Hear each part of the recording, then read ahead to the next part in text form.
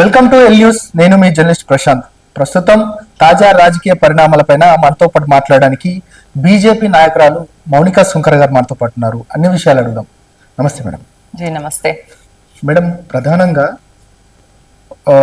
ఇంతవరకు హిందూ సమస్యలపైన, హిందువులు ఎదుర్కొంటున్న అనేక సమస్యలపైన ఫైట్ చేశారు. మరొక వైపు ఇప్పుడు బీజేపీ పార్టీలో ఇప్పుడు క్రియాశీలకంగా ఉన్నారు. ఎట్లా అనిపిస్తుంది?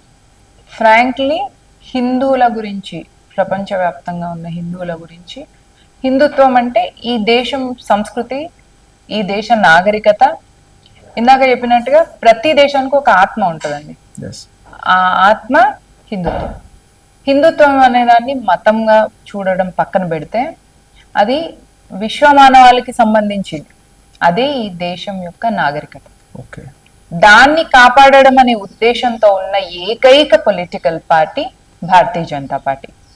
దురదృష్టం ఏంటంటే ఈ విషయాన్ని అన్యమతస్థులు పసిగట్టిండ్రు, హిందువులు అర్థం చేసుకోలేకపోతున్నారు.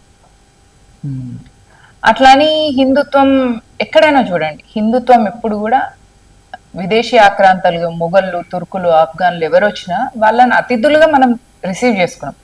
వాళ్ళు మన మీద దౌర్జన్యాలు చేసి, వాళ్ళు మన సంపదను కొల్లగొట్టిరు, వాళ్ళు లూటీ చేసుకుపోయినారు British East India Christian missionaries. కానీ తీసుకెళ్ళినా కూడా మనం ఏమనుకున్నాం, కర్మ లేదా లక్ష్మి చంచలమైంది, ఇప్పుడు భారతదేశంలో ఉంది, తర్వాత అది బ్రిటిష్కి పోయింది, బ్రిటన్ దేశానికి పోయింది అని అనుకున్న మానసిక స్థితి, అంత బ్రాడ్ మైండ్ సెట్ ఈ నాగరికత. ఈ నాగరికత వసుదైక కుటుంబకం అని చెప్తారు.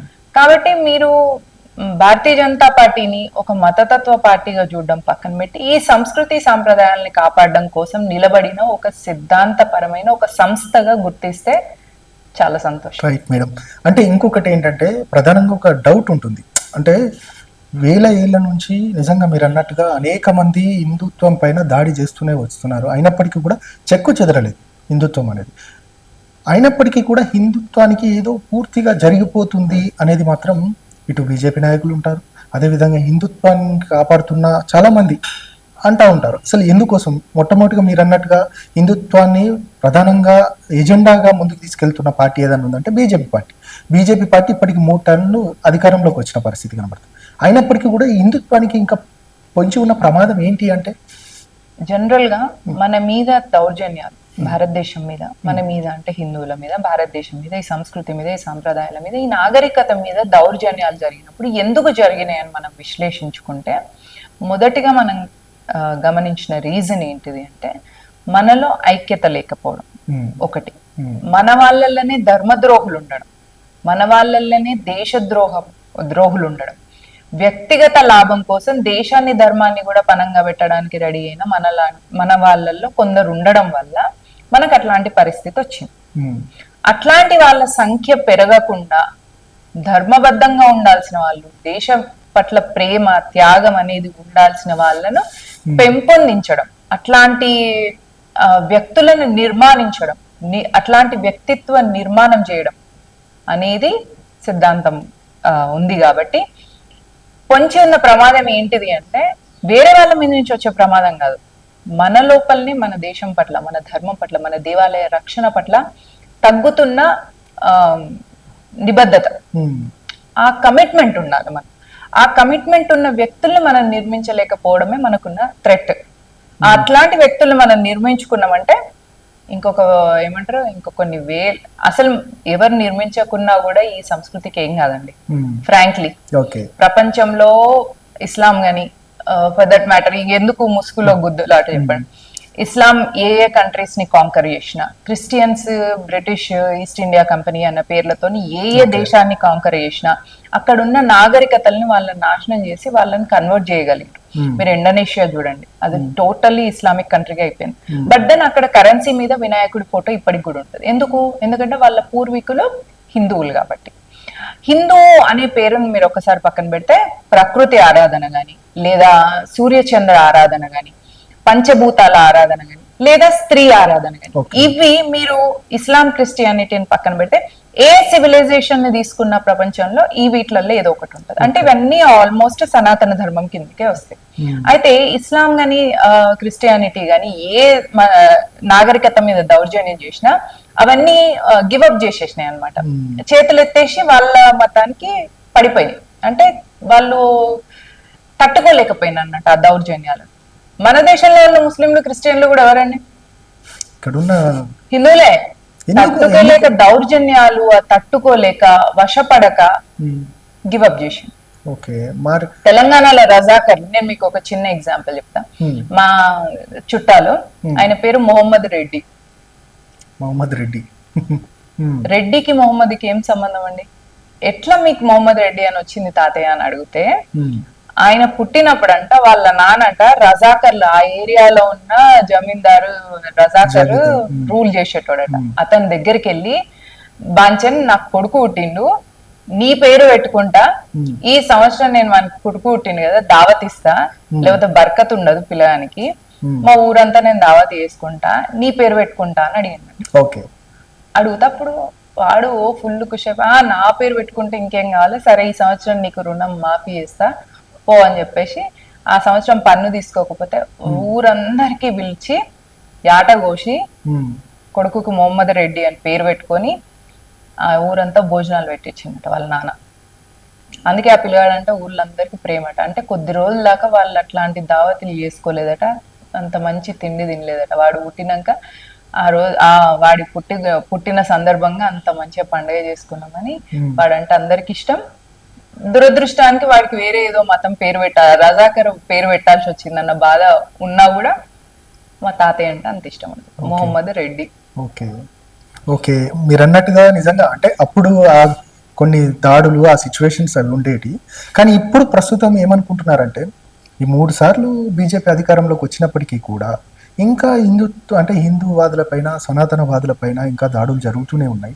అంటే దీనికి సంబంధించి ఎవరిది లోపం అనేది కూడా ప్రధానంగా చర్చకు వస్తూ ఉంది. అసలు ఏంటి అంటే ఎవరిది లోపం? ఇది 1947 ఆఫ్టర్ ఇండిపెండెన్స్ మన ఎడ్యుకేషన్ సిస్టమ్ మొత్తం కూడా కమ్యూనిస్టుల చేతులకు పోయిందండి. ఓకే. వీళ్ళది మార్క్సిస్ట్. సనాతన ధర్మానికి ముల్లా ఎంత దౌర్జన్యాలు చేసిండ్రో, మిషనరీ ఎంత దౌర్జన్యాలు చేసిండ్రో, మార్క్సిస్ట్ కూడా అంతకంటే ఎక్కువ దౌర్జన్యం చేసిండ్రు. ఎట్లా? ఆన్ యువర్ ఇంటలెక్ట్ మీద వైట్ వాష్ చేయడం. ఇప్పుడు ఒక క్రైమ్ జరిగిందండి, ఒక అమ్మాయి నాకు నచ్చింది నేను అని పోయేసి ఆ అమ్మాయి మీద రేప్ చేసింది. చేసిన తర్వాత అమ్మాయికి ఇచ్చి పెళ్లి చేయడం, అది న్యాయమా? దీన్ని white washing of a crime అంటారు. సో యాజ్ అన్ అడ్వకేట్, ఒక క్రైమ్ జరిగినప్పుడు ఆ క్రైమ్ ని అనాలిస్ చేయడం వేరు, ఆ క్రైమ్ కి జస్టిస్ ఇప్పించడం వేరు. కానీ ఆ క్రైమ్ ని వైట్ వాష్ చేయడం అనేది దానికంటే దౌర్జన్యం, దౌర్భాగ్య స్థితి ఇంకేది ఉండదు. అట్లా హిందువుల మీద అక్బర్ ది గ్రేట్, ఇది ముఘలుల ఎవరైతే మన మీద దౌర్జన్యాలు చేసిండ్రో వాళ్ళని అక్బర్ ద గ్రేట్ అని చెప్పడం, ఇది white washing of a crime. Chhatrapati Shivaji the great అని ఎందుకు అనలేకపోయినాం? శివాజీని తట్టుకోలేకపోయింది ఔరంగజేబ్, సాంబాజీని కూడా తట్టుకోలేకపోయింది ఔరంగజేబ్ సాంబాజీ ఛత్రపతి శివాజీ కొడుక్కి, నేను నా అర్ధరాజ్యం ఇస్తా, నా కూతురిని నీకు ఇచ్చి పెళ్లి చేస్తా, నువ్వు ఇస్లాం మతం స్వీకరించు అని అడిగింది. సాంబాజీ ఒప్పుకోలేదు. చిత్ర బదలు చేసి కళ్ళల్లో నిప్పుల రాడ్స్ ఉంటాయి చూసిన, వాటిని కుచ్చి మరీ ఆయన అంత చిత్రవద చేసి చంపిండు తప్ప మతం మారలేదు. అట్లాంటి వాళ్ళ త్యాగ ఫలం ఉన్నప్పుడు సాంబాజీ ద గ్రేట్ అని ఎందుకు చెప్పలేదు?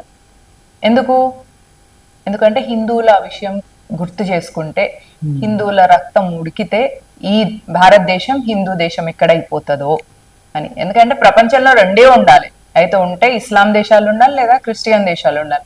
ఈ మధ్యలో హిందూ దేశం అయింది. ఇది ఒక international religious conspiracy. Politics and religion are like 2 sides of a coin అండి.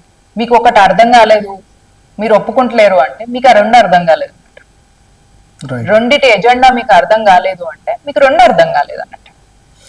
రైట్. ఇంకొకటి ఏంటంటే హిందూ ధర్మము, సనాతన ధర్మం పాటిస్తున్న వారి దాంట్లో కూడా వివక్ష ఉంది కాబట్టే మిగతా మతాలు మారుతున్నారు, మిగతా మతానికి షిఫ్ట్ అవుతున్నారు అనేది కూడా ప్రధానంగా వాళ్ళ దగ్గర నుంచి వస్తున్న ఆన్సర్. నిజంగా ఎందుకు దీంట్లో కూడా వివక్ష ఉంది? సనాతన ధర్మం అంటేనే అందరినీ సమన్యాయంగా చూడాల్సిన బాధ్యత, కానీ అయినప్పటికీ కూడా ఆ వివక్ష ఎందుకు ఉంటుంది అంటే, మీరు వివక్ష అనే పాయింట్ కి మాక్సిమం దీనికి ఎఫెక్ట్ అయింది మాదిగ కులం అనే చెప్తారు. మాదిగ అనేది ఒక Madiga what ever it is, Madiga అని కాదు, ఏదైతే బీసీ కమ్యూనిటీ అదే ఉంది, ఎస్సీ కమ్యూనిటీ అదేముంది, ఈ రెండు కమ్యూనిటీలకు సంబంధించిన మేజర్గా వాళ్ళే ఉంటారు దేశవ్యాప్తంగా. వాళ్ళే అణచివేతకు గురవుతున్న సందర్భం కనబడుతుంది. ఇంకా కూడా గుళ్ళలకు రాని అని పరిస్థితి కనబడతా ఉంది. అదే గుళ్ళకి రానియంది బీసీ కాదు కదండి, మీరు అన్నట్టుగా మాదిగా అని. మాదిగా అంటే మాదిగా అనేది ఒక కులం కాదండి, వాళ్ళంతా మహాదిగలు. అంటే బాహుబలి లాగా శరీర సౌష్టము ఉన్న వాళ్ళని, కులానికి అతీతంగా వాళ్ళని ఎంపిక చేసి ఊరవతల ఊరికి కాపలగా ఉంచేవాళ్ళు అనమాట. వాళ్ళే పోను పోను మాదిగలు అనే కులంగా మారింది. యాక్చువల్గా ఏంటంటే వాళ్ళు ఊరవతలుండి ఊర్లో ఉన్న వాళ్ళకి కాపలగా ఉండేవాళ్ళు. ఊరి మీద దౌర్జన్యాలు, ఇస్లాం ఆల్మోస్ట్ ఒక 14 నుంచి 1500 ఇయర్స్ 2000 ఇయర్స్ ఆఫ్ అట్రాసిటీస్ కదా. బయటకి ఎక్కడన్నా ఆడవాళ్ళు వెళ్తే వాళ్ళని అట్నుంచటే ఎత్తుకపోయేటోళ్ళంట, ఎక్కడ ఆడవాళ్ళు కనిపించిన. పెళ్లిళ్ళు మనకు రాత్రి పూటలు జరుగుతున్నాయి, ఎందుకు తెలుసా?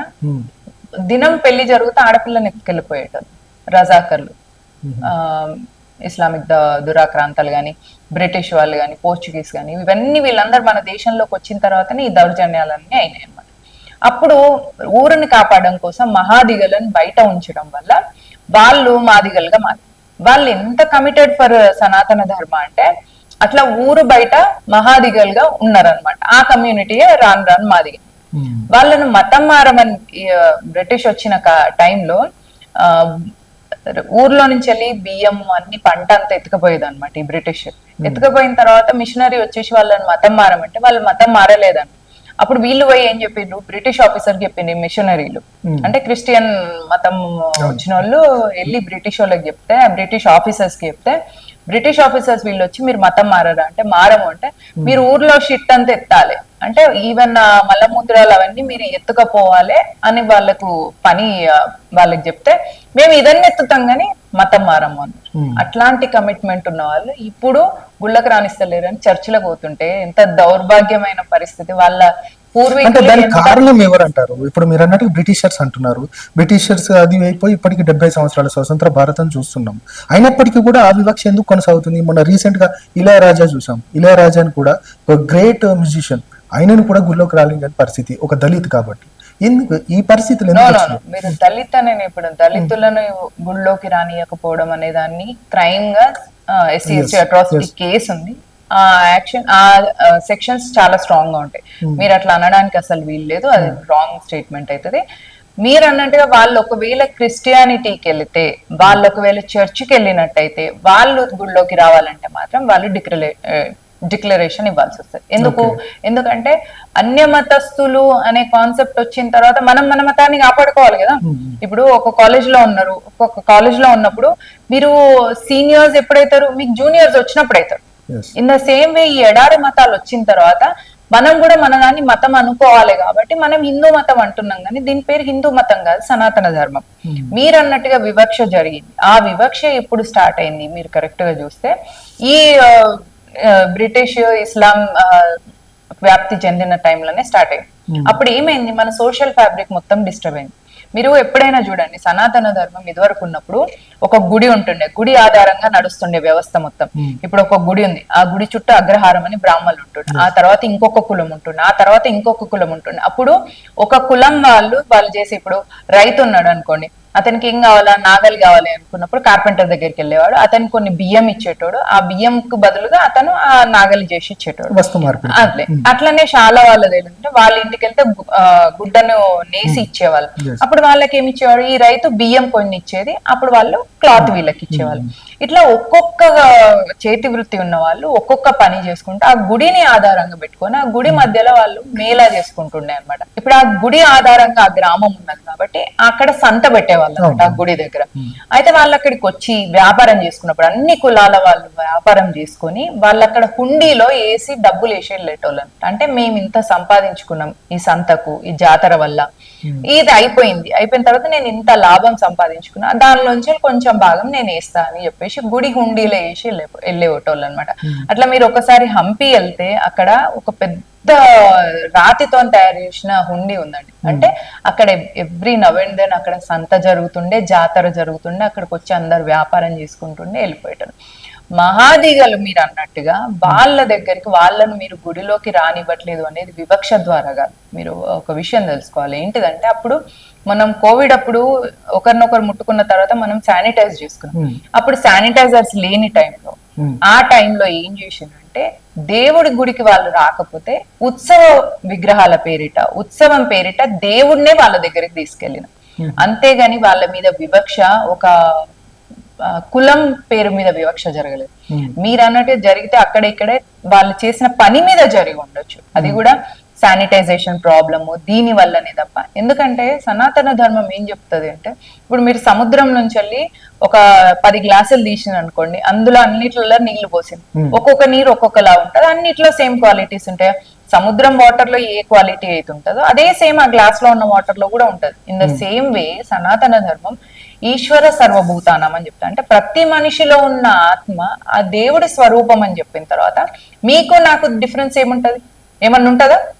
ఇందాకే చెప్పినట్టు ఆ సముద్రంలో నీళ్ళు ఎట్లయితే క్వాలిటీస్ గ్లాస్ లో ఉంటాయో, ఒక గ్లాస్ లో ఉన్న వాటర్ కి ఇంకో గ్లాస్ లో ఉన్న వాటర్ కి డిఫరెన్స్ ఉండదు. ఫర్ దట్ మ్యాటర్ క్రిస్టియన్స్ అయినా ముస్లిమ్స్ అయినా కూడా సనాతన ధర్మం ప్రకారంగా ఈశ్వర సర్వభూతానం. మనం ఎందుకు వాళ్ళకు వ్యతిరేకంగా ఉంటున్నాం, మనం ఎందుకు వాళ్ళని శత్రువులుగా చూడాల్సిన పరిస్థితి వచ్చింది అంటే, వాళ్ళకు మన మీద ఉన్న శత్రుబోధను మనం తెలుసుకునే ప్రయత్నం చేస్తున్నాం. మీరు చూడండి, Islam divides the humanity in 2 forms, ఒకటి మోమిన్, ఇంకొకటి కాఫిర్. Christianity also divides humans in 2 forms, ఒకటి బిలీవర్స్, ఇంకొకటి నాన్ బిలీవర్స్. హిందుత్వం, సనాతన ధర్మం మీరు డివైడ్ చేయగలరా? మీరు చేయండి, నేను చెప్తా, నేను డిబంక్ చేస్తా. మీరు డివైడే చేయలేరు. ఈశ్వర సర్వభూతానం. మీరు ఒక కాలేజ్ లో చదువుకుంటున్నారు, నెక్స్ట్ జూనియర్స్ వస్తారు, అప్పుడు మీరు సీనియర్స్ అవుతారు. ఇన్ ద సేమ్ వే ప్రపంచంలో ఈ ఎడారి మతాలు రెండు రాకముందు ప్రపంచమంతా ఉన్నది సనాతన ధర్మమే. ప్రపంచమంతా ఉన్నది కూడా ప్రకృతి ఆరాధకులే. అయితే వీళ్ళు వచ్చి మేము ఈ మతము అని చెప్పిన తర్వాత మనం కూడా ఏదోటి అనాలి, అనకపోతే ఎట్లా? మనం ఏం చెప్పలేకపోతున్నాం.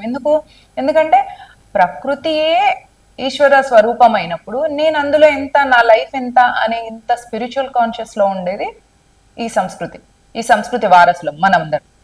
అయితే వీళ్ళు వచ్చి ఇట్లా మేము ఈ మతం, మాది ఈ సిద్ధాంతం, మేము ఇట్లా, మాకు ఒకటే పుస్తకం, ఒకటే దేవుడు, ఒకటే జన్మ, మాకు బ్రెయిన్ కూడా తక్కువ అని చెప్పింది అనుకో, అప్పుడు ఎంత కన్ఫ్యూజన్ కావాలి? ఒకటే జన్మ ఉంటుందా? మీరు పాస్ట్ లైఫ్ లో మీకు ఎట్లాంటి మీరు చేసుకొని ఉన్నారో మీ పుణ్య పాప లెక్కల బట్టి మీకు ఈ జన్మ వస్తుంది. మీరు ఈ జన్మలో కూడా మీరు ఎట్లాంటి పుణ్య పాపాలు చేస్తారు, దాన్ని బట్టి మీకు ఇంకొక జన్మ వస్తుంది. మీరు ఒకటే జన్మ, ఒకటే పుస్తకం, ఒకటే దేవుడు అని చెప్తే వాడికి ఏమైనా భయం ఉంటుందా? పాపభీతి ఉంటుందా? పాపభీతి మనుషులలో తగ్గించడానికి పుట్టినవి ఈ ఎడారి మతాలు. వీటిని పొలిటికల్లీ, మతాలు కాదు, ఇవి పొలిటికల్లీ మోటివేటెడ్ ఫిలాసఫీస్. ఓకే, మీరు అంటున్నారు ఓకే హిందుత్వము, సనాతన ధర్మము, ఈ విషయాలు పక్కన పెడితే ఇప్పుడు ప్రధానంగా హిందుత్వ ఎజెండాగానే ముందుకు తీసుకెళ్తున్న బీజేపీ పార్టీ అధికారంలో ఉన్నప్పటికీ, ఇంతమంది వస్తున్నప్పటికీ కూడా చాలా, అంటే ఇప్పుడు రామ్నాథ్ కోవింద్ గారు ఒక రాష్ట్రపతి స్థాయిలో ఉన్న అతన్ని కూడా గుళ్ళోకి రానియలేదు అనేది ఒక ప్రచారం. ఎక్కడ ప్రచారం? అన్ని ఛానల్స్ లో వచ్చింది, మిగతా సిచ్యువేషన్స్. దాంతోపాటు మొన్న ముర్ము గారు, ద్రౌపది ముర్ము గారిని ఇక్కడ మనకి అయోధ్యకు సంబంధించిన ప్రాణ ప్రతిష్టకు రానివ్వలేదు అనేది కూడా ప్రధానంగా టోటల్లీ రాంగ్ అండి. దానికి ఒక ప్రోటోకాల్. ఏం చెప్తారు ఇవన్నీ ఈ ప్రచారం చేస్తున్న వారికి? ఏం చెప్తారు మీరు? అదంతా ఏంటంటే గుడ్డు మీద ఈకల్ లాగే మనస్తత్వం ఉన్న వాళ్ళకి ఏమని చెప్తాం, ఒక ప్రోటోకాల్ అనేది ఉంటది. ఇప్పుడు రాష్ట్రపతికి మించిన ప్రోటోకాల్ ఉంటుందని, రాష్ట్రపతి వచ్చిన తర్వాత అక్కడ ఎవరు ఏం చేయొద్దు, అదే నేను చెప్పేది. ఇప్పుడు ప్రెసిడెంట్ అయోధ్య రామ జన్మభూమికి వస్తే వారి ప్రోటోకాల్ అకార్డింగ్ గా అక్కడ టెంపుల్ నడవాల్సి వస్తుంది, కానీ టెంపుల్ అకార్డింగ్ అక్కడ వారి ప్రోటోకాల్ ని మనం బీట్ చేయరాదు. ఎవరు ఆ ప్రెసిడెంట్ ప్రోటోకాల్ ని అతిక్రమించరాదు. కాబట్టి వారు అక్కడికి వస్తే టెంపుల్ రిలీజియస్ కాంటెక్స్ట్ ని ఫాలో కాదు. ప్రెసిడెంట్ ఎప్పుడైనా కూడా వీటన్నిటికీ అతీతంగా ఉండాలి. He is the head of the nation. కాబట్టి వారిని రానియడం వల్ల ప్రోటోకాల్ అంతా డిస్టర్బ్ అవుతుంది. అంటే టెంపుల్ రిలీజియస్ ప్రోటోకాల్ వేరు, ప్రెసిడెంట్ వచ్చిన ప్రోటోకాల్ వేరు. సో అప్పుడు మనం ప్రెసిడెంట్ ప్రోటోకాల్ కి హైయెస్ట్ ప్రయారిటీ ఇవ్వాల్సి వస్తుంది, రిలీజియస్ ప్రోటోకాల్ కి ఇవ్వాల్సి రాదు. అక్కడ జరుగుతుంది ఏంటిది రామ జన్మభూమిలో? Religious event. అదేంటిది? స్వాభిమానానికి చిహ్నం. అదేంటిది? అది ఒకడొకడు సెలబ్రేషన్ చేసుకుంటున్నారు, ప్రతి ఒక్కరు ఏడుస్తున్నారు. అసలు ఏందండి, ఇక్కడ రామ జన్మభూమి ప్రాణ ప్రతిష్ఠ జరుగుతుంటే మనలాంటి వాళ్ళం కూడా కళ్ళల్లో నీళ్ళు వచ్చేసినాయి. 500 సంవత్సరాలు మనము దానికోసం వెయిట్ చేసినాం. కొన్ని తరాలు ఆ ఆశతోని చచ్చిపోయినరు, కొన్ని తరాలు వాళ్ళతోని యుద్ధాలు చేసిండ్రు. కొన్ని ఊర్లో అక్కడ చూడండి, అయోధ్య రామ జన్మభూమి చుట్టుపక్కల 100 గ్రామాల ప్రజలు అప్పుడు బాబర్తోని యుద్ధం చేసి 2 లక్షల మంది చచ్చిపోయినరు, 70,000 మంది బలవంతంగా మతం మార్చబడ్డారు. అప్పటికి గాని ఆయనకు గోపురం దగ్గరికి పోవడానికి కుదరలేదు బాబర్కి. మళ్ళీ బాబరు చచ్చిపోయేటప్పుడు వాడు బాబర్ నామాల రాసుకున్నాడంట, వాడు ఆటోబయోగ్రఫీలో, నన్ను ఈ కాఫిర్ నేలలో పాతి పెట్టొద్దు, నన్ను మన ఇస్లామిక్ దేశంలోనే నా శవాన్ని పాతి పెట్టాలి. నీకు ఇది కాఫిర్ నేల అవుతుంది, నీకు ఈ నేల నచ్చదు, మేం నచ్చం, అయినా కూడా నువ్వు వచ్చి ఇక్కడ గుడిని ఎందుకు కూల్చున్నావు అంటే మనోభావాలు దెబ్బతీయడానికే కదా. మరి అట్లాంటి దుర్మార్గుడు అంత దౌర్జన్యం చేసిన తర్వాత 500 సంవత్సరాల తర్వాత మొహమ్మద్ గారు తన వాళ్ళు ఆయన ఏంటిది ఆర్కియాలజిస్ట్ మొహమ్మద్ గారు దాని కింద ఉన్న అవశేషాలన్నీ కూడా ఆలయానివని ఆయన చెప్పిన తర్వాత, అది కోర్టుకి సబ్మిట్ చేసిన తర్వాత లీగల్ గా మనం ఒక వర్డిక్ట్ ని తీసుకొని దాన్ని చేసినాం. అక్కడ ఒకటి. రెండో విషయం ఏంటిది అంటే, అక్కడ ఒక లా అయిన తర్వాత దాన్ని ఎన్ఫోర్స్ చేయడం అని అంటారు. అంటే ఒక మీకు వర్డిక్ట్ వచ్చింది, కోర్టు నుంచి ఒక ఆర్డర్ వచ్చింది, ఆర్డర్ రావడంతో సరిపోదు, ఆ ఆర్డర్ ని మీరు ఇంప్లిమెంట్ చేయగలగాలి. సో అక్కడ కోర్టు ఆర్డర్ ని ఇంప్లిమెంటేషన్ జరుగుతున్న దగ్గరికి ప్రెసిడెంట్ రావడానికి ఉండదు. ఎందుకంటే జడ్జెస్ అందరు ఉంటారు, ఎవరైతే చీఫ్ జస్టిస్ ఆఫ్ ఇండియా ఉంటారో వారి మీద ప్రెసిడెంట్ ఉంటారు. అంటే చీఫ్ జస్టిస్ ఆఫ్ ఇండియా, మీకు సుప్రీం కోర్టులో ఒక వర్డిక్ట్ వచ్చింది, ఒక మరణ శిక్ష వచ్చింది అనుకోండి, ప్రెసిడెంట్ దాన్ని క్షమాభిక్ష పెట్టొచ్చు. అంటే ఏమవుతుంది, అక్కడ సుప్రీంకోర్టు వర్డిక్ట్ ని కూడా చేంజ్ చేసే రైట్స్ ప్రెసిడెంట్.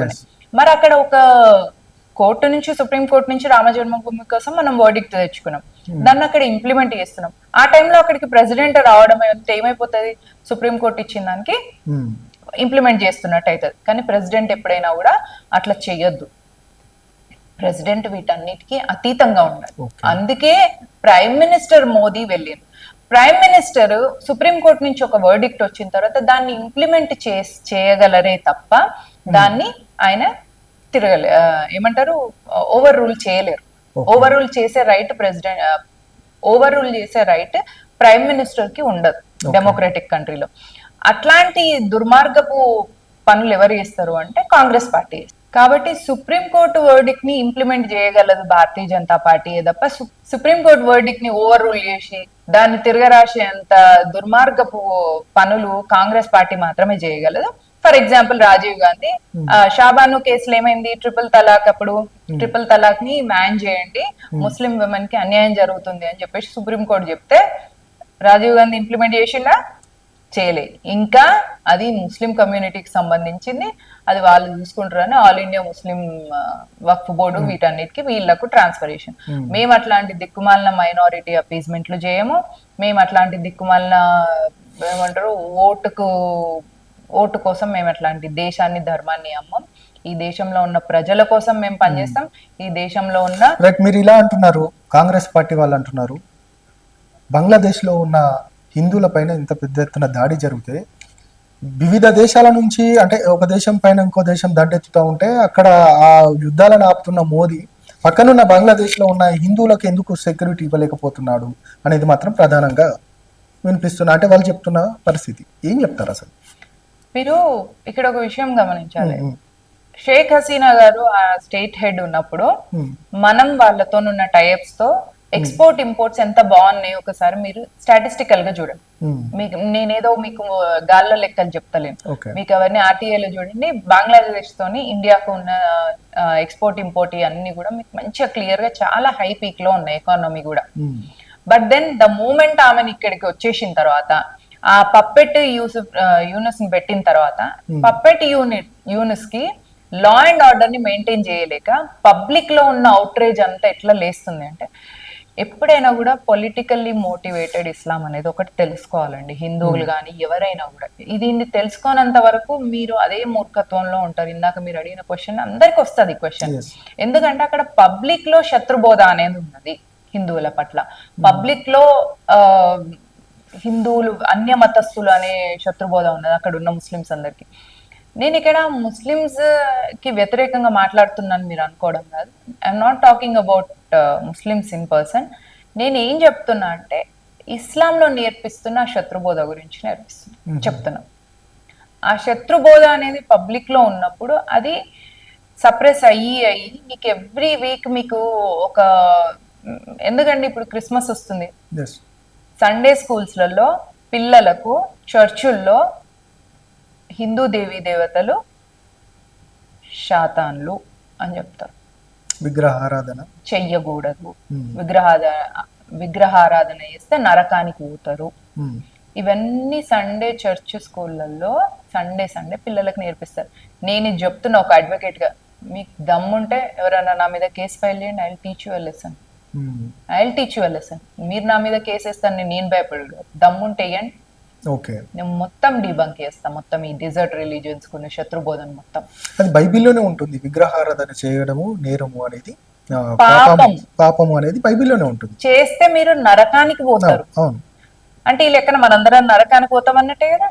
మీరు నేను ఆ మోదీ అంటే ఎట్లా భారతీయ జనతా పార్టీ మీకు నచ్చడు, పక్కన పెట్టేసేయండి. ఆ వివేకానంద నరకానికి పోయిండా? రామకృష్ణ పరహంస నరకానికి పోతాడా? ఎంకే గాంధీ గారు కూడా నరకానికి పోతారా? ఓకే. అంటే ఎవరెవరి ఎంత గొప్ప పనులు. అదంతా ఎందుకు, అంబేద్కర్ నరకానికి పోతాడా స్వర్గానికి పోతాడా అడగండి.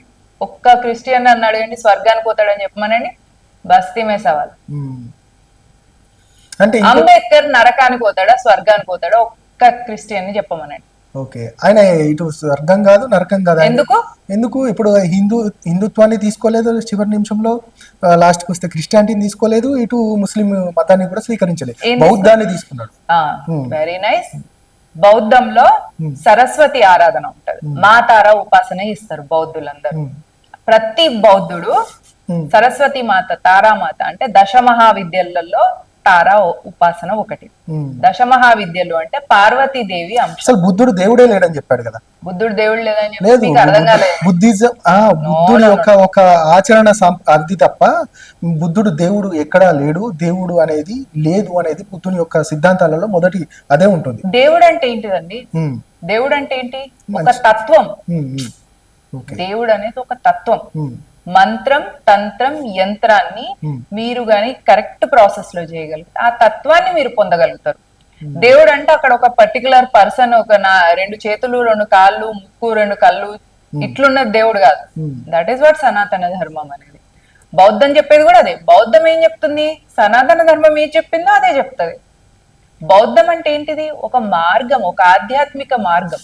బౌద్ధం గాని, జైనం గాని, సిక్కిజం గాని, ఈ 3 సనాతన ధర్మంలో ఆధ్యాత్మిక మార్గం. సనాతన ధర్మం అనేది ఒక చెట్టు అయితే బౌద్ధం ఒక కొమ్మ, జైనిజం ఒక కొమ్మ, సిక్కిజం ఒక కొమ్మ. ఈ 3 చూడండి పునర్జన్మ ఉంటది.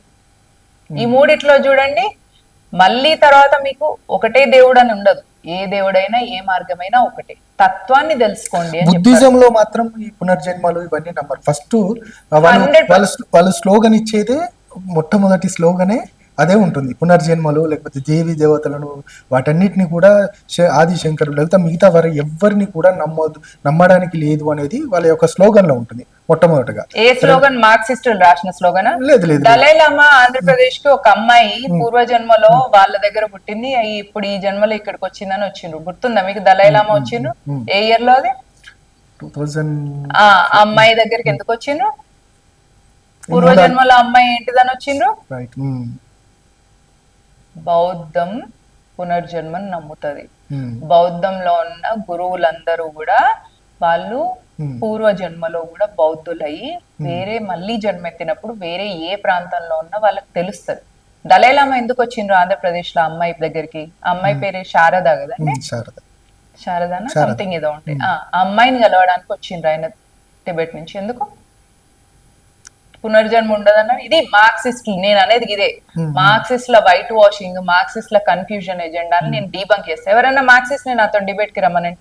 రైట్. బౌద్ధిస్టులు పోనీ అంటే వాళ్ళే రాశారు చరిత్ర. ఇది నియో బుద్ధిజం అంటారు అన్నట్టు దీన్ని. ఇప్పుడు మీరు అనేది ఎట్లుందంటే రంగనాయకమ్మ రాసిన రామాయణ విషవృక్షం అని ఉన్నది. దాని నుంచి మీరు చదువుకొని వచ్చేసి రామాయణంలో సీత రాముడు గురించి మీరు నాతో డిబేట్ చేస్తే మీ ప్రామాణికం దేని నుంచి వచ్చింది? రంగనాయకమ్మ రాసిన పుస్తకం నుంచి వచ్చింది. అట్లనే ఇందాక మీరు బౌద్ధం గురించి చెప్పిన దాన్ని కూడా నియో బుద్ధిజం అని అంటారు అన్నమాట. అది కూడా ఎవరో ఇట్లనే రాసిన రంగనాయకమ్మ రామాయణ విషవృక్షంలో ఎంతైతే క్రెడిబిలిటీ ఉందో ఈ నియో బుద్ధిజం లో కూడా అంతే క్రెడిబిలిటీ ఉంటది. కాబట్టి మీరు బుద్ధిజం వేరే అనుకోవద్దు. బుద్ధం అనేది బుద్ధ నారాయణుడు అని చెప్తారు. అందులో వజ్రాయన తంత్రం నడుస్తుంది. అక్కడ తారా మహాదేవి ఉపాసన జరుగుతుంది, మా తారా ఉపాసన జరుగుతుంది. మా తారా సరస్వతి దేవి రూపం. Right madam. ఇక హిందూయిజము లేకపోతే సనాతన ధర్మం గురించి కొంచెం పక్కన పెడితే ప్రస్తుత పొలిటికల్ ఏజెండా గురించి మాట్లాడడం. బీజేపీలో యాక్టివ్గా ఉన్నారు. బీజేపీకి సంబంధించి పదవి బాధ్యతలు కూడా తీసుకున్నట్టున్నారు. ఏంటి మహిళా మోర్చా, యా ఎట్లా ఉంది అసలు బీజేపీకి సంబంధించి? ఇక్కడ 8 మంది ఎంపీలు 8 మంది ఎమ్మెల్యేలు ఉన్నప్పటికీ కూడా అసలు పార్టీ యాక్టివ్గా లేదు రాష్ట్రంలో అనేది కూడా ప్రధానంగా కాంగ్రెస్ ఇటు బీఆర్ఎస్ కు సంబంధించిన వాళ్ళు చెప్తా ఉన్నారు. నిజంగా ఆ పరిస్థితి ఉందా? పార్టీ యాక్టివ్ గా లేకపోతే 8 ఎంపీ సీట్లు ఎట్లా వచ్చినాయి? భారతీయ జనతా పార్టీ చాప కింద నీరులాగా ఎక్కడెక్కడైతే మన శత్రువులు ఉన్నారో, ఈ దేశానికి శత్రువులు ఎక్కడున్నారో, ధర్మానికి శత్రువులు ఎక్కడున్నారో, మన దేవాలయాన్ని కూల్చడానికి ఎవరెవరైతే ప్రయత్నాలు చేస్తున్నారో, ముత్యాలమ్మ ఆలయం గాని మన రాష్ట్రంలో ఎన్ని గుళ్ళు కూలుతున్నాయి, ఎన్ని ఆలయాలను ధ్వంసం చేస్తున్నారు, వీళ్ళందరినీ చూస్తూ కనిపెట్టుకుంటూ మేము ఫీల్డ్ లో పనిచేస్తూ వెళ్తున్నాం. ఉట్టిగానే 8 సీట్లు రాలేదు. ఉట్టిగానే ఏ ఖాందాన్ లేకున్నా కూడా, ఏది కదా మన గాంధీ అలాంటి పేర్లు లేకున్నా కూడా నరేంద్ర మోదీ అనే వ్యక్తి హ్యాట్రిక్ ప్రైమ్ మినిస్టర్ కాలేదు. ఎలాంటి కింద వర్క్ చేయందే మేము 2 సీట్ల నుంచి వెళ్ళి ఇప్పుడు టాప్ వరల్డ్స్ లార్జెస్ట్ పొలిటికల్ పార్టీగా భారతీయ జనతా పార్టీ లేదు. గతంలో ఉంది, ఇప్పుడు మాత్రం అందరితో కొలాబరేట్ అయిన పరిస్థితి కదా. కొలాబరేషన్ అయితే ఏమవుతుందండి? కొలాబరేషన్ అయితే ఏముంది? ఇప్పుడు కొలాబరేట్ అయిన పార్టీస్ వాళ్ళు ఈ సంస్కృతికి వారసులు కదా, వారసులే. రేపు ఓవైసీ బ్రదర్స్ ఇద్దరు కూడా మా పూర్వీకులు హిందువులే అంటే భారతీయ జనతా పార్టీలో తీసుకుంటారు. ఏమున్నా దానిలో? ఒప్పుకోవాలి, ఒప్పుకోండి. ముందు వాళ్ళు ఏం ఒప్పుకోవాలి? వాళ్ళ పూర్వీకులు హిందువులు, దౌర్జన్యాల వల్ల మతం మారిండ్రు. మీరు ఆ సివిలైజేషన్ ని ప్రైడ్ గా ఫీల్ కానండి. మీరు భారత్ మాతాకి జై అనండి. పార్టీ స్వాగతిస్తుంది. పార్టీ ఎవరినైనా స్వాగతిస్తుంది. రైట్. ఇక బీజేపీలో వర్గపోరు, నేనా నువ్వా అనే ఒక వర్గపోరు నడుస్తుందంట. అసలు ఏంటి? ఒకవైపు పార్టీ అధ్యక్షుడిని ఇంతవరకు నియమించని పరిస్థితి, పార్టీ అధ్యక్షుడికి ఇప్పుడున్న ప్రస్తుత ఎంపీకి మధ్యలో తగ్గ వర్గపోరు నడుస్తుంది అనేది కూడా ప్రధానంగా పార్టీలో వినిపిస్తున్న టాక్. అది ఎవరు ఏంటి అనేది కూడా మీకు కూడా తెలుసు. నిజంగా ఆ పరిస్థితి ఉందా? భారతీయ జనతా పార్టీలో వర్గపోరు కంటే కూడా డిఫరెన్స్ ఆఫ్ ఒపీనియన్ అని వచ్చండి. డిఫరెన్స్ అంటే నిజంగా చెప్తున్నాను, బీజేపీలో డిఫరెన్స్ ఒపీనియన్ అనేది ఉండదు. ఒక సిద్ధాంతం గల పార్టీ. అసలు డిఫరెన్స్ ఒపీనియన్ ఉంటే అది వ్యక్తిగతంగా ఏదైనా ఉంటే బయట మాట్లాడుకుంటారు తప్ప పార్టీలో చర్చకు రాదు అనేది కూడా ప్రధానంగా సంవత్సరాల నుంచి వినిపిస్తున్న వార్త. దానికి సంబంధించి ఎందుకు ఈ పరిస్థితి వచ్చింది ఇప్పుడు అంటే, ఇప్పుడు మీ ఫ్యామిలీలో మీరు అందరూ ఒకటే ఒపీనియన్ తో ఉంటారండి. ఒక్కొక్కరికి ఒక్కొక్క ఒపీనియన్ ఉంటుంది. అయినా కూడా వీఆర్ ఏ ఫ్యామిలీ. అట్లనే పార్టీలో ఎంపీస్ కానీ రేపు ఉన్న ప్రజా ప్రతినిధులందరికీ డిఫరెన్స్ ఆఫ్ ఒపీనియన్స్ ఉంటాయి. Then again we are a family. we strive for this civilization, we stand for this nation. కాబట్టి డిఫరెన్స్ ఆఫ్ ఒపీనియన్స్ ఉన్నంత మాత్రాన ఫ్యామిలీలో ఉండవా? అంతే. అంటే మిగతా పార్టీ నాయకులందరినీ పార్టీలో చేర్చుకోవడం వల్లనే ఇట్లాంటి డిఫరెన్స్ ఒపీనియన్ అంటే పార్టీలో పెద్ద ఎత్తున చర్చ జరుగుతుంది అనేది కూడా వినిపిస్తుంది. నిజంగా ఆ పరిస్థితి ఉందా? మా పార్టీకి ఒక లైన్ ఉందండి, కలిసి నడవడం, కలుపుకొని నడవడం. అది మీరు ఏ పార్టీ నుంచి వచ్చిండ్రు, మీది ఏ కులము, మీది ఏ మతము అనేది సంబంధం లేదు. అందరినీ కలుపుకుంటాం. ఆ కలుపుకున్న వాళ్ళకి సిద్ధాంతాన్ని నేర్పించి అందరం కలిసి నడుస్తాం. ఈ దేశం కోసం, ధర్మం కోసం నిలబడతాం. మధ్యలో చిన్న చిన్న డిఫరెన్స్ ఆఫ్ ఒపీనియన్స్ వస్తుంటాయి. ఒకసారి పడతాం, ఒకసారి లేస్తాం. పిల్లలు పుట్టంగానే నడుస్తారా? పరిగెత్తారు కదా, పడుతూ లేస్తారు. This is understanding. సో పార్టీలో ఉన్న ప్రజాప్రతినిధులందరూ కూడా ఈ సిద్ధాంతం కోసం నిలబడ్డవారు. అదే that in it self is a great commitment to the party. దాని తర్వాత వాళ్ళు డిఫరెన్స్ ఆఫ్ ఒపీనియన్స్ ని క్లియర్ చేసుకుంటారు. పైన ఉన్న అధిష్టానం కూడా వాళ్ళని అడుగుతుంటది, ఒపీనియన్స్ తీసుకుంటాం, అందరం కలిసి పనిచేస్తుంటాం. మా ultimate agenda is safeguarding the civilization, protecting this nation. అందుకని ఆర్టికల్ 370ని రిపీల్ చేయడం కానీ, రామ జన్మభూమి స్వాభిమాన, ఈ సంస్కృతికి ఆధారమైన స్వాభిమానాన్ని కాపాడడం కానీ, ఫర్ దట్ మ్యాటర్ అన్నిటినీ చూడండి. ఇప్పుడు భారత్ వరల్డ్స్ 4th లార్జెస్ట్ ఎకానమీగా ఉంది. ఎందుకు? ప్రతి ఒక్కరు మీ సిద్ధాంతం కోసం నిలబడుతున్నాం కాబట్టి. మీకేంటిది ఇక్కడ పాయింట్ ఏంటిది అంటే, కాంగ్రెస్ కానీ బీఆర్ఎస్ కానీ అవి సింకింగ్ బోట్స్ అన్నట్టు, ఇంకా అయిపోయింది బీఆర్ఎస్ పని అయితే అయిపోయింది. ఇక కాంగ్రెస్ అడ్డిమారి గుడ్డి దెబ్బల రేవంత్ రెడ్డి ఎట్లనో ముఖ్యమంత్రి అయ్యిండు. ఈ రేవంత్ రెడ్డి కూడా పోయిన తర్వాత నెక్స్ట్ 20-30 years భారతీయ జనతా పార్టీనే ఉంటది. అయితే భారతీయ జనతా పార్టీ అధ్యక్షుడు ఎవరు అనేది అదొక ఇట్లా బాహుబలి, కట్టప్ప బాహుబలిని ఎట్లా చంపిండు అనేది ఎంతైతే ఆ మిస్టరీ ఉందో, ఎప్పుడు కూడా ఇంత అట్లాంటి సెన్షియస్ థింగ్స్ ని తీసుకొస్తుంది భారతీయ జనతా పార్టీ అధ్యక్షుడు అనే పోస్ట్. కాబట్టి ఆ పోస్ట్ కోసం మా వాళ్ళందరూ ప్రయత్నం చేస్తున్నా తప్పలేదు. ఓకే, ఎందుకు ఇంత అంటే లాంగ్ ప్రాసెస్ ఎందుకు అవుతుంది? ఒక అధ్యక్షుడిని నియమించుకునే పరిస్థితి అంటే దేశవ్యాప్తంగా ఉండి, దేశంలోనే మీరు అన్నట్టుగా లార్జెస్ట్ పార్టీగా ఉండి, వరల్డ్స్ లార్జెస్ట్ పొలిటికల్ పార్టీ భారతీయ జనతా పార్టీ. ఆ పార్టీకి తెలంగాణలో అధ్యక్షుడు కరువయ్యాడు అనేది మాత్రం అంటే తెలుస్తుంది. ఎందుకు ఆ పరిస్థితి ఎందుకు వచ్చింది? ఎందుకు కరువైందండి? మరి ఎవరు ముందుకు ఇప్పుడు బండి సంజయ్ ఏమో నేను అధ్యక్ష పదవిని నేను తీసుకోలేనన్నారు. తీసుకుంటా అన్న వాళ్ళకి మాత్రం ఎవరిని చూజ్ చేసుకోలేని ఇయ్యలేని పరిస్థితి ఎందుకు? మీకు అట్లా అనిపిస్తుంది. ఇప్పుడు పుష్ప 2 వస్తుంది అనుకోండి, ముందే మీకు స్టోరీ చెప్పేస్తారా? ముందే స్టోరీ లైన్ తెలిసిపోతుందా? తెలియదు. అదే surprise, thrilling. Bharatiya Janata Party అంటేనే అంత ప్రజల్లో, యువకుల్లో ఒక కిక్ ఇస్తుంది అనమాట. Party itself is a kick. So మీ వాళ్ళందరికీ ఏంటంటే ఎవరు అధ్యక్షుడు చూడండి, ఎంత అఫెక్షన్ ఉంది, ఎంత క్యూరియాసిటీ ఉంది, ఎంత సెన్షియస్ ఉన్నది చూడండి ఆ పోస్ట్. ఆ పోస్ట్ కి చాలా మంది ఎలిజిబుల్ ఉన్నారు, కాకపోతే ఒకరికే ఇవ్వాలి కాబట్టి ఒకరికి ఇస్తారు అంతే. మిగతా వాళ్ళందరూ వారికి ఇచ్చినంత మాత్రాన పని చేయకుండా ఉంటారా? లేదు.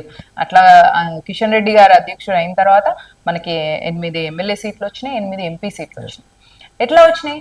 అంతే. ప్రజల్లో భారతీయ జనతా పార్టీ పట్ల ఉన్న ప్రేమ, ఆ క్యూరియాసిటీ, ఆ ఎమోషన్, దానివల్ల అట్లా వచ్చేస్తుంటాయి అవి. మీరేమో ఇలా అంటున్నారు. అసెంబ్లీలో మాత్రం గతంలో కాంగ్రెస్ పార్టీ 5 సభ్యులతోటే అసలు ప్రతిపక్ష పాత్ర విపరీతంగా పోషించింది. ఇక్కడ 8 మంది బీజేపీ నాయకులు ఉన్నప్పటికీ కూడా బీఆర్ఎస్ తో పాటు ఈక్వల్ గా చేయలేకపోతుంది, అసలు స్తబ్దతగా ఉంది అనేది మాత్రం అక్కడ చూస్తున్న వారు వినిపిస్తున్న వార్త. ఎట్లా చూస్తారు అసలు? ప్లీజ్ మీరు బీఆర్ఎస్ తోని బీజేపీని కంపేర్ చేయకండి. బీఆర్ఎస్ అనేది ఒక అయిపోయిన చరిత్ర. ఒక 10 ఏళ్ళు తెలంగాణ మూమెంట్ అయిపోయిన చరిత్ర అంటే వాళ్ళు ఎంతమంది గెలిచారో చూసారు కదండి. ఎంపీలు ఎన్ని వచ్చినాయండి? ఎంపీలు 0. అంటే అది వాళ్ళు ఏమనుకున్నారు? తెలంగాణ బీఆర్ఎస్ ఫస్ట్ టీఆర్ఎస్ నుంచి బీఆర్ఎస్ అయిందే, మొత్తం దేశంలో మేమేదో పొడి చేస్తాం, మేమేదో చేయబోతామని వచ్చిండ్రు. ఒక్కటన్న వచ్చిందా ఎంపీ? ఉన్న రాష్ట్రంలోనే ఒక్క ఎంపీ సీట్ రాలే. మీరు రాలేదంటున్నారు. కాంగ్రెస్ వాళ్ళేమో బీజేపీ బీఆర్ఎస్ ఒకటైపోయింది, బీజేపీని గెలిపించడానికి బీఆర్ఎస్ త్యాగం చేసింది అనేది కూడా అని కాంగ్రెస్ వాళ్ళు ఇప్పుడు అంటున్నారు కదా. బీఆర్ఎస్ ఉన్నప్పుడు బీఆర్ఎస్ ఏమనేదంటే కాంగ్రెస్ బీజేపీ ఒకటే అనేది గుర్తుందా మీకు? మీరు కూడా అన్నారు కదా.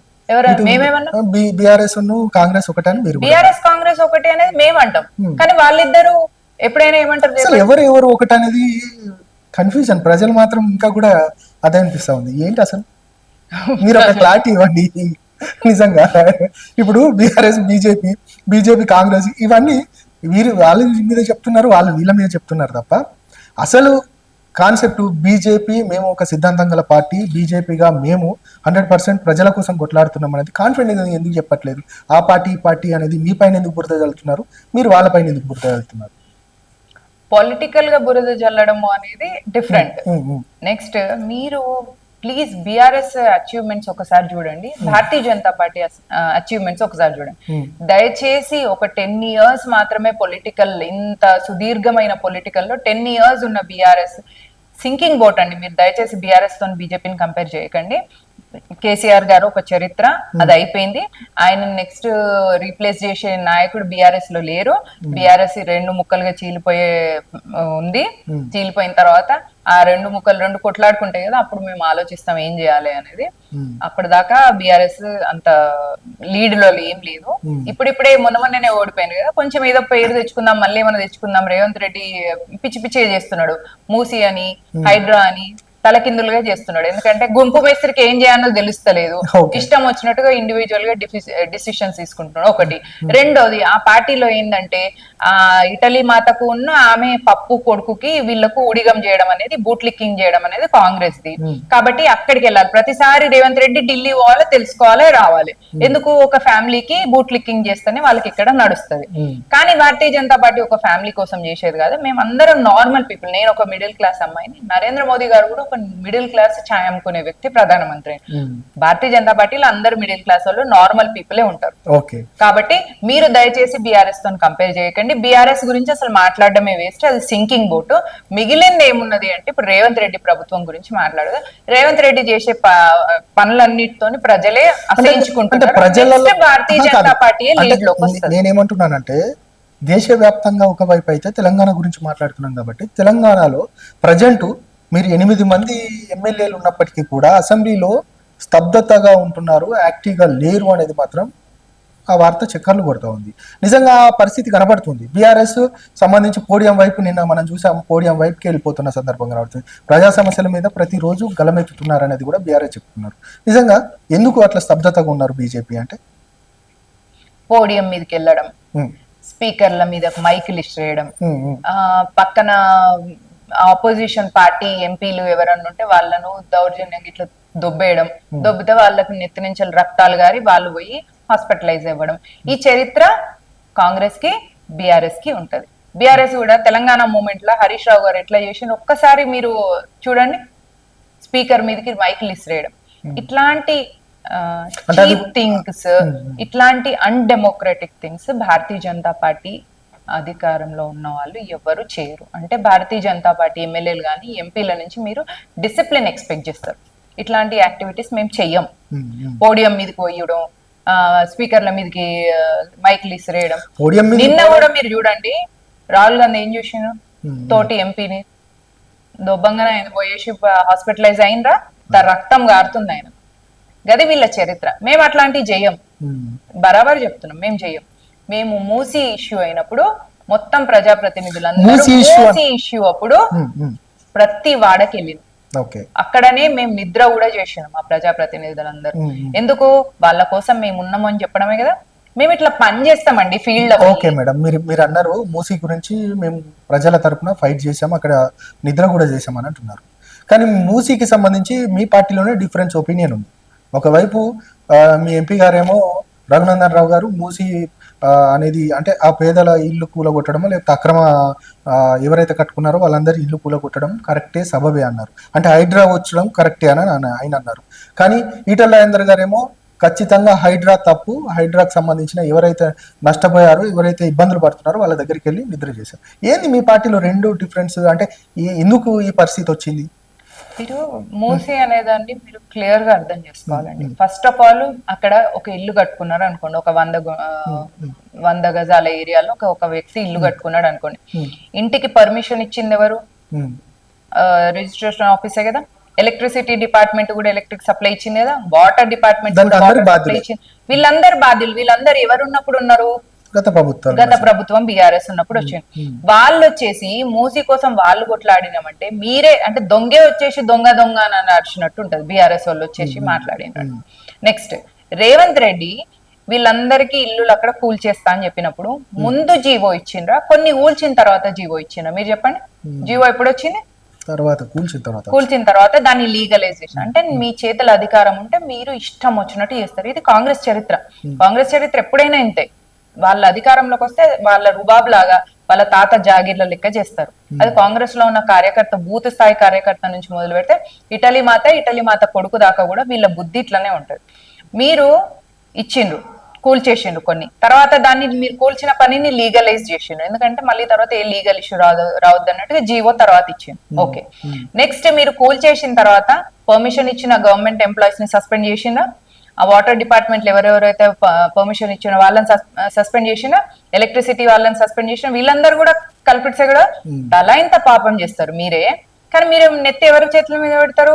ప్రజల చేతి మీద పెడతారా? ప్రజల నెత్తి అంటే ప్రజలు మీరు చేసిన దానికి బలి కావాలనా? ఇట్లా చేసి సరే ఓకే మీరు కూల్చిండ్రు, వాళ్ళకు పునరావాసం ఇచ్చినా అని అన్నట్టున్నాడు రేవంత్ రెడ్డి. నేను రేవంత్ రెడ్డిని ఒక క్వశ్చన్ అడుగుతున్నా, వీళ్ళకి ఎక్కడైతే మళ్ళీ డబుల్ బెడ్రూమ్లు కట్టించి ఇస్తున్నామో ఆడికి ఓండి అని మీరు అంటున్నారు, అక్కడ నీళ్లు ఉన్నాయా, రోడ్లు ఉన్నాయా, విద్యుత్ ఉన్నదా, స్కూళ్ళు ఉన్నాయా, హాస్పిటల్ ఉన్నాయా? ముసలోళ్ళకి అక్కడ ఎమర్జెన్సీగా హాస్పిటల్ ఉండాలి, అక్కడ పిల్లలకు స్కూల్ ఉండాలి, అక్కడ ఉన్న లేడీస్ జెంట్స్ ఆడవాళ్ళకు మగవాళ్ళకు పనికి పోవడానికి పనికి అవసరమైన ఎన్విరాన్మెంట్ ఉండాలి. ఈ మూడిట్లో నువ్వు ఏమి ఇవ్వకుండా ఊరవత లెక్కన నువ్వు ఒక 4 గోడలు కట్టేసి ఒక 2-3 తలుపులు 2 కిటికీలు పెట్టేసి ఆడ నేను ఇల్లు ఇచ్చిన ఆడికి ఓండి అంటే, ఇక్కడ వీళ్ళు ఇవన్నీ ఒక ప్రపంచాన్ని వాళ్ళు స్థాపించుకున్నారు. ఆ ప్రపంచాన్ని మొత్తం నిర్మించుకున్న ప్రపంచాన్ని నువ్వు మొత్తం చేంజ్ చేసేసి ఆడికి పోమంటే మరి అక్కడ మొత్తం ఎలక్ట్రిసిటీ మొత్తం రోడ్ల మీద మంచిగా వేయించండి, మంచిగా రోడ్లు వేయించండి, కరెంటులు పెట్టించండి. మహిళలు వచ్చిపోతున్నప్పుడు సేఫ్టీ లేదు. కాంగ్రెస్ వచ్చిన కానించాలి మహిళల మీద రేపులు ఎక్కువైతున్నాయి, మహిళల మీద దౌర్జన్యాలు అవుతున్నాయి, ఆడపిల్లల మీద కూడా అత్యాచారాలు అవుతున్నాయి. వీటన్నిటిని ఆన్సర్ చేసే తెలివి లేదు. మొన్న అక్కడ పిల్లలకు హాస్టల్లో ఉన్న పిల్లలకు ఫుడ్ పాయిజన్ అయిపోయి చనిపోయింది అమ్మాయి. దానికి ఏమన్నా సొల్యూషన్ ఇచ్చిండ్రా? ఆ సంబంధిత అధికారిని సస్పెండ్ చేసిండ్రా?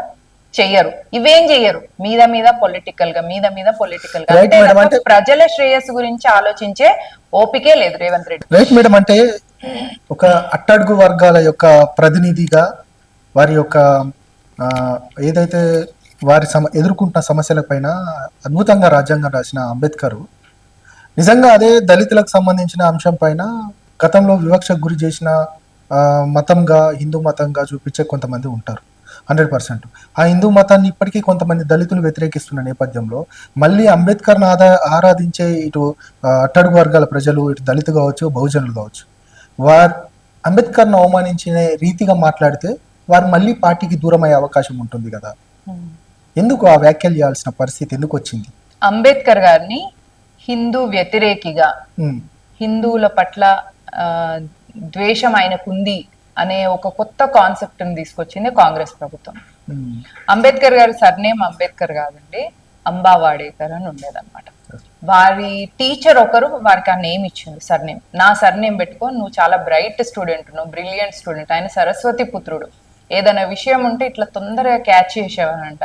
క్లాస్ లో ఉన్న అందరి పిల్లల కంటే కూడా ఫాస్ట్ లెర్నింగ్ ఉండేదంట అంబేద్కర్ గారికి. అందుకనే ఆయనకు ఆ పేరు ఇచ్చి ఆయన ప్రపంచ దేశాలకు కూడా వెళ్ళి చదువుకున్నారు. ఆయన చదివినన్ని డిగ్రీస్, ఆయనకున్నన్ని క్వాలిఫికేషన్స్ ఇప్పుడున్న ఈ ఫేక్ అంబేద్కరిస్టులకు ఎవరికి ఉండవు. ఈ కాంగ్రెస్ పార్టీలో ఇటలీ మాతకి ఎంత చదువుకుందో, ఆమె ఎక్కడ పాస్ట్ ఆమె వర్క్ హిస్టరీ చూస్తే ఆమె వర్క్ చేసిన ప్లేస్ గానీ, ఇక మన రాహుల్ గాంధీ గారి క్వాలిఫికేషన్స్ కానీ చూస్తే అంబేద్కర్ కాలి గోటికి కూడా వీళ్ళు సరిపోరు. వీళ్ళు ఈ రోజు సరస్వతి పుత్రుడైన అంబేద్కర్ గారిని మేము మావాడే, ఆఫ్ కోర్స్ మా పూర్వీకుల వల్ల కొంచెం వివక్ష జరిగింది, దాన్ని మేము కవర్ చేసుకోవడం కోసమే ఎస్సీ ఎస్టీ రిజర్వేషన్స్ మేము ఇప్పించినాము. కాబట్టి మేము ఆ జరిగిన తప్పుకి ప్రక్షాళనగా అనుకోండి, లేదా కంపెన్సేషన్ కింద అనుకొని వాళ్ళని మేము మళ్ళీ ఓన్ చేసుకునే ప్రయత్నం చేస్తాం, వాళ్ళని మళ్ళీ మెయిన్ స్ట్రీమ్ లోకి లాగడానికి ప్రయత్నం చేస్తుంటే ఎప్పటికీ కూడా అదే వివక్షను, అదే డివైడ్ అండ్ రూల్ ని తీసుకొచ్చేసి కాంగ్రెస్ వాళ్ళ ఏమంటారు రాజకీయ రొట్టెల్ని దాని మీద కాల్చుకోవాలని ప్రయత్నం చేస్తున్నారు. దాన్ని మేము ఎప్పటికీ జరగనివ్వం. ఇంకా మీరు ఏదో అడిగారు దానిలో.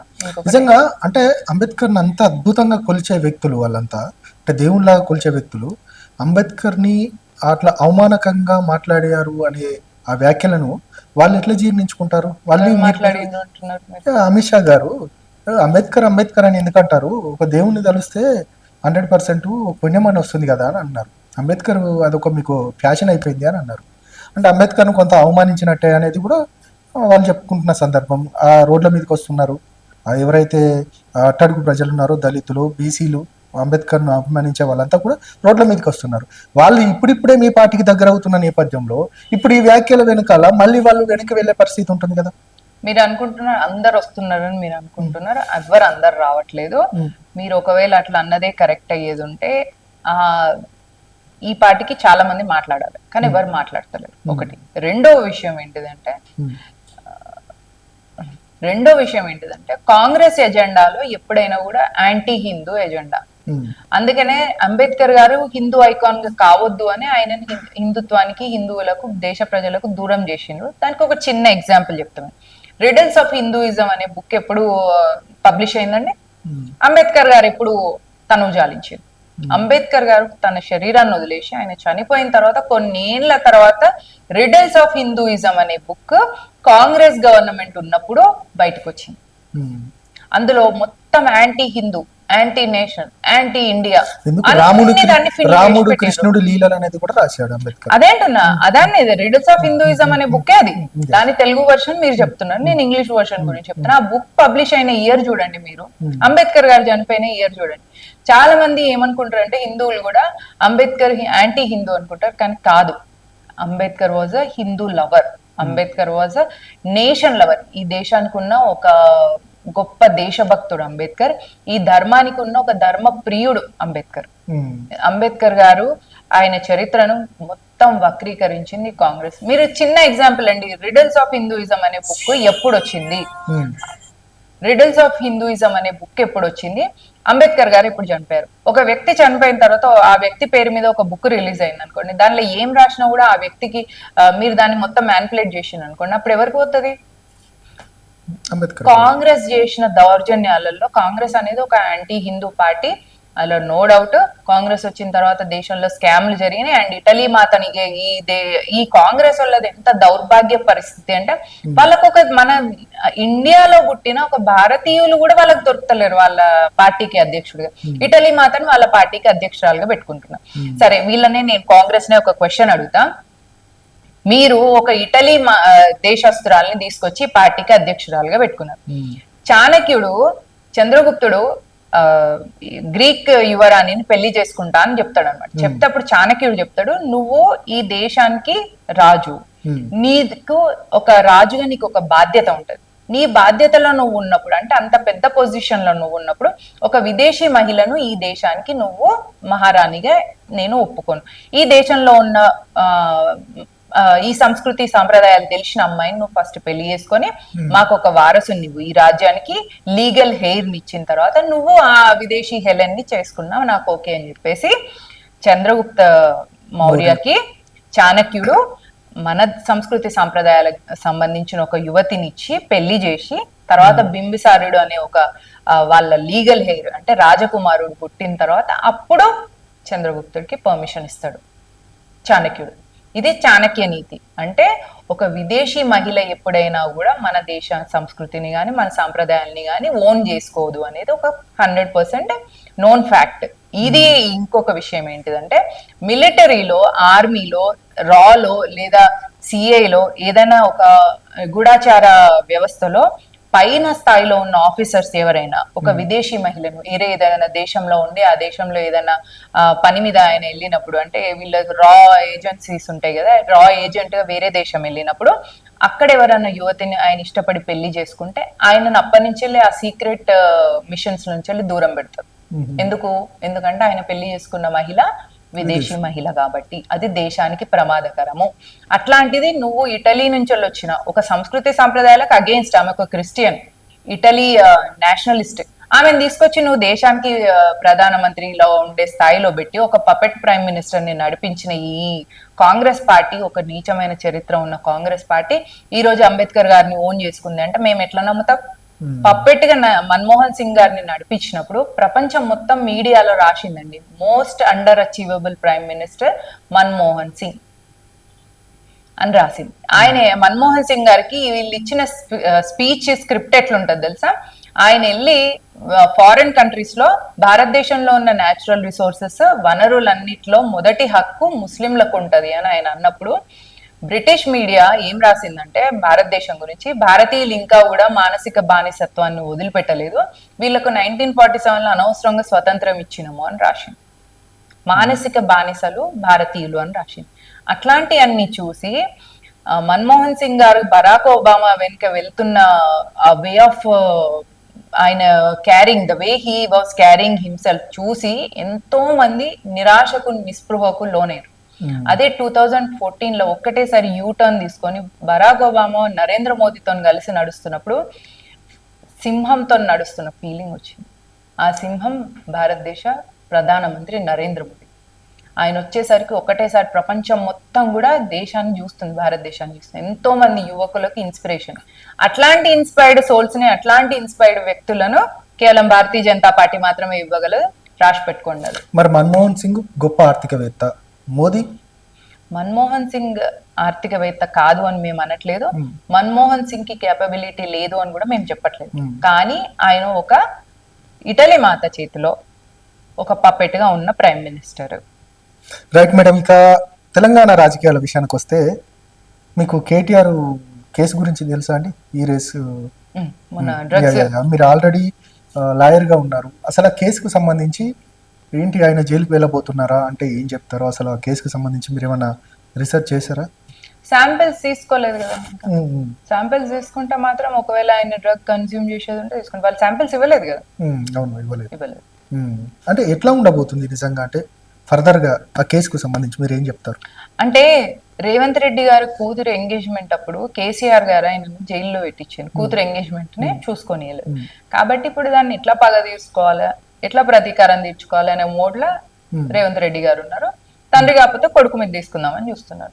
వాళ్ళ ఏమంటారు, రెండు కోతులు చేస్తే చూసిండండి, అవి ఇట్లా ఇట్లా కొడుతుంటే వాళ్ళు ఇస్తున్నారు. సో దానిలాగా చూడాలి రేవంత్ రెడ్డి కేసీఆర్ మీద చేసేదాన్ని, వీటన్నిటిని. అంతకు మించి వాళ్ళకి పెద్ద ఎజెండా ఉండదు. ఎందుకంటే అది మొత్తం 100% వీళ్ళు ఏవైనా కూడా ఈ political parties, regional parties and then Congress, ఇవన్నీ కూడా ఫ్యామిలీ పార్టీస్ ఉంటాయండి. వీటిలలో కరప్షన్ ఉంటది. నెక్స్ట్ కుటుంబ బానిసత్వం చేయాలన్నాడు. ఆ కుటుంబానికి ఊడిగం చేయాలా, ఎక్కడ దొరికితే అక్కడ కమిషన్లు తీసుకోవడం, స్కాములు చేయాలి. ఈ రెండు కామన్ ఎజెండా ఫర్ కాంగ్రెస్ కానీ బీఆర్ఎస్ కానీ. ఈ రెండు లేనివి భారతీయ జనతా పార్టీ. కాబట్టి మీరు వీళ్ళ డ్రామాలు ఏవైనా చూడంగానే వాటిని చాలా పెద్దగా ఎంఫసైజ్ చేసుకోకండి, అన్నెసెసరీ. ఎందుకంటే నా మీద రివెంజ్ నువ్వు తీసుకున్నావు, నీ మీద నేను రివెంజ్ తీసుకుంటా. ఈ మోడ్ లోనే ఈ రెండు పొలిటికల్ పార్టీస్ మైండ్ సెట్ పనిచేస్తుంది. భారతీయ జనతా పార్టీ మైండ్ సెట్ ఎప్పుడు కూడా రివెంజ్ మోడ్ లో ఉండదు. మాకు సిద్ధాంతం ఉన్నది, దేశం ఉన్నది, ధర్మం ఉన్నది, దేవాలయాల రక్షణ ఉన్నది, అంత్యోదయ సిద్ధాంతం అనేది మాకు ఒకటి ఉంటుంది. అంటే పంక్తిలో కూర్చున్న చివరి వ్యక్తికి కూడా అన్ని వంటలు ఎట్లయితే అందాలి అన్నట్టు ఉంటుందో, భారతీయ జనతా పార్టీ తీసుకొచ్చే ఫలాలన్నీ కూడా ప్రతి ఒక్కరికి అందాలని మేము చూస్తాం. మీరు మళ్ళీ మమ్మల్ని మతతత్వ పార్టీ ఓన్లీ హిందువులకు చేస్తారని అంటారు, కానీ కాదు. మేము చేసిన ప్రతి స్కీమ్లలో మినిమం 28 నుంచి మొదలు పెడితే 34% వరకు ముస్లిమ్స్ ఉన్నారు. మీరు ప్రధానమంత్రి ఘర ఆవాస్ యోజనలో చూడండి, యువకులకు లోన్స్ ఇచ్చిన దానిలో చూడండి, ఆత్మ నిర్భర్ భారత్ లో కూడా చూడండి, 27% ముస్లిమ్స్ లోన్స్ తీసుకున్నారు. ప్రధానమంత్రి ఆవాస్ యోజనలో కూడా చాలా మంది తీసుకున్నారు. ఉజ్వల స్కీమ్ కింద మేము ఇచ్చిన స్కీమ్లు ఇచ్చినప్పుడు 32% ముస్లిం ఉమెన్ తీసుకున్నారు. ఇవన్నీ స్టాటిస్టిక్స్ మా దగ్గర లాభార్థుల లిస్టులో ఉన్నాయి. ఇవన్నీ మేము గాల్లో చెప్పే స్టాటిస్టిక్స్ కాదు, ఇవన్నీ మా దగ్గర రికార్డెడ్ ఉన్నాయి. కాబట్టి మీరు బీఆర్ఎస్ ఏం చేసింది, దాని తర్వాత కేటీఆర్ గాని రేవంత్ రెడ్డి, వీళ్ళిద్దరు రెండు పిల్లులు కొట్టుకున్నట్టు కొట్టుకుంటారు. చూస్తున్నాం తర్వాత ఏదో ఒక దాని మీద రెండిటి నెత్తి బగల కొట్టేసి మేము అధికారంలోకి వస్తాం 28 లో. అంటే ఫైనల్ గా చెప్పండి, ఎట్లా ఉండబోతుంది? మీరు అన్నట్టుగా జమిలీ ఎన్నికలు అని అంటున్నారు. ఒకవేళ జమిలీ ఎన్నికలు ముందస్తుగా వస్తే నిజంగా ఎట్లా ఉండబోతుంది? మీ పార్టీ యొక్క విధి విధానాలు ఎట్లా ఉండబోతున్నాయి? ఖచ్చితంగా అధికారంలోకి రాబోతున్నారా ఏంటి అంటే ఏం చెప్తారు? ఫస్ట్ థింగ్, ఖచ్చితంగా భారతీయ జనతా పార్టీ తెలంగాణ మీద ఫోకస్ చేస్తుంది. నెక్స్ట్ ఇక్కడ ఎట్లయినా కూడా గవర్నమెంట్ లోకి రావాలని చూస్తున్నాం. ఒకటి, జమిలీ ఎలక్షన్స్ వస్తే మనకు మంచి మంచి అడ్వాంటేజెస్ ఉన్నాయి. ఒకటి, రెండు ఒకటేసారి ఎలక్షన్స్ అయినప్పుడు ఒక వ్యక్తి ఎమ్మెల్యేగా చేసి మళ్ళీ ఆ వ్యక్తి ఎంపీగా చేయాల్సిన అవసరం లేదు. మల్టిపుల్ అంటే కొత్త వాళ్ళకు కూడా మనము ఇవ్వచ్చు అనమాట, ఆపర్చునిటీ ఇవ్వచ్చు. నెక్స్ట్, ఒకటేసారి ఎలక్షన్స్ అయిపోయేది ఉంటే ఏమైపోతుంది అంటే టైం చాలా సేవ్ అయిపోతుంది. ఎందుకంటే ఒకసారి ఎలక్షన్స్ పెట్టినప్పుడు, ఎలక్షన్స్ కోడ్ నడుస్తున్నప్పుడు డెవలప్మెంట్ పనులన్నీ పక్కన పెట్టేస్తుంది గవర్నమెంట్స్. అట్లా కాకుండా మొత్తం ఒకటేసారి రెండు ఎలక్షన్స్ అయిపోయేది ఉంటే మనం డెవలప్మెంట్ మీద ఫోకస్ చేయొచ్చు. నెక్స్ట్ ఈవీఎంలను ఒక్కటి మేనేజ్ చేయడం ఉంటుంది. ఫేజులు మల్టిపుల్ ఫేజెస్లలో కానీ మనం జమిలీ ఎలక్షన్స్ పెట్టేది ఉంటే ఒక 3 స్టేట్లలో ఒక దగ్గర, ఇంకో స్టేట్లలో ఒక దగ్గర అయినప్పుడు మాక్సిమం మనం చేయాల్సిన ఎఫర్ట్ ఏముంటుంది, ఈవీఎంస్ ని ఎక్స్ట్రా ప్రొడ్యూస్ చేయాలి, ఈవీఎంస్ ని ఎక్స్ట్రా పెట్టాల్సి ఉంటుంది. అండ్ దానికి సంబంధించిన బందోబస్తు కానీ ఆ సిఆర్పిఎఫ్ జవాన్ కానీ వాళ్ళని కూడా ఇంక్రీజ్ చేయాల్సి ఉంటుంది. అది ఇవి కావాల్సింది. నెక్స్ట్ దీనివల్ల మంచి అడ్వాంటేజ్ ఏంటిది అంటే, ఒకసారి ఎలక్షన్స్ అయిపోయిన తర్వాత పబ్లిక్ ఇంకా మళ్ళీ ఎలక్షన్స్ గురించి ఆలోచించలేదు 5 years వరకు. ఒకటి, ఎవరైతే గవర్నమెంట్ లో ఉంటారో వాళ్ళు కూడా లాంగ్ టర్మ్ ప్రాజెక్ట్స్ గురించి అలా ఆలోచించాల్సి వస్తుంది. ఇప్పుడు ఒక ప్రాజెక్ట్ ఒక గవర్నమెంట్ తీసుకొచ్చింది అనుకోండి, బీఆర్ఎస్ ఒకటి తీసుకొచ్చింది అనుకోండి, వాళ్ళు ఎంతసేపు స్కామ్ చేస్తారో అది సెకండరీ, కాంగ్రెస్ కూడా స్కామ్లు చేస్తే అది సెకండరీ. లాంగ్ టర్మ్ ప్రాజెక్ట్ కి ఏమైపోతుంది అంటే నెక్స్ట్ ఎవరు వస్తారు అనే దాని నుంచి ఆగిపోకుండా కంటిన్యూయేషన్ ఉంటుంది. జమిలీ సిస్టమ్ తీసుకురావడం అనేది Bharatiya Janata Party committed for the public కాబట్టి, కమిటెడ్ ఫర్ ద నేషన్ కాబట్టి ఇట్లాంటిది తీసుకురాగలిగింది. ఇదే కాంగ్రెస్ కి తెచ్చేంత ధైర్యం కాంగ్రెస్ ప్రభుత్వానికి ఉండదు. అంటే ఎవరి సారథ్యంలో రాబోతుంది ఇక్కడ తెలంగాణలో అధికారం? చెప్పండి మేడం, ఎవరి సారథ్యంలో రాబోతుంది అంటే ఏం చెప్తారు? నేను ఇదివరకు చాలా సార్లు చెప్పానండి, భారతీయ జనతా పార్టీకి భారతీయ జనతా పార్టీలో బూత్ స్థాయి నుంచి మొదలు పెడితే రాష్ట్ర జాతీయ స్థాయి అధ్యక్షుల వరకు అందరం కూడా మేము ఈ సిద్ధాంతం కోసమే పనిచేస్తామండి. నేను 8 సంవత్సరాలు అమెరికాలో ఉన్నా, నేను అమెరికాను వదిలేసి వచ్చింది భారతీయ జనతా పార్టీ కోసం అని కాదు, ఈ సిద్ధాంతం కోసం వచ్చిన తర్వాత నాకు భారతీయ జనతా పార్టీలో పనికి వచ్చిన నేను అంతే. కాబట్టి మేము ఈ సిద్ధాంతానికి కనెక్ట్ అయి ఉంటాం, మేము ఈ సిద్ధాంతం కోసం పనిచేస్తున్నాం. ఎవరు అధ్యక్షుడు అనేది మాకు సంబంధం లేదు. రేపు రేపు పార్టీ అధికారంలోకి వచ్చిన తర్వాత ఎవరు ముఖ్యమంత్రి అనేది కూడా పెద్ద విషయం కాదు. ఎవరు ముఖ్యమంత్రి అయినా కూడా నరేంద్ర మోదీయే తనకు తాను ప్రధాన సేవకుడు అని చెప్పుకుంటారు. రేపు తెలంగాణ రాష్ట్రంలో ముఖ్యమంత్రి ముఖ్య సేవకుడు అవుతారు. మా పార్టీ లైన్ మోదీ గారు క్లియర్ గా చెప్తున్నారు, మా పార్టీ లైన్ మాకు సిద్ధాంతం ఉంది, ఆ సిద్ధాంతం కోసం మేము చేస్తాం. మా సిద్ధాంతంలో కుటుంబ పాలన ఉండదు, మా సిద్ధాంతంలో కరప్షన్ ఉండదు. Right madam, thank you very much. ఇంత సుదీర్ఘంగా మాకు మీరు టైం ఇచ్చినందుకు థ్యాంక్ యూ వెరీ మచ్. ఖచ్చితంగా మీరు అనుకున్నట్టుగా భారతీయ జనతా పార్టీ నిజంగా ప్రజల సమస్యలపైన నిరంతరం కొట్లాడుతున్న పార్టీగా ఖచ్చితంగా అధికారంలోకి రావాలని మేము కూడా కోరుకుంటున్నాం. Thank you very much. Thank you so much for giving me this opportunity. ఇది ఈ రోజు ఇంటర్వ్యూ. మరొక ఇంటర్వ్యూతో మళ్ళీ కలుద్దాం. చూస్తూనే ఉండండి ఎల్ న్యూస్. నేను మీ ప్రశాంత్.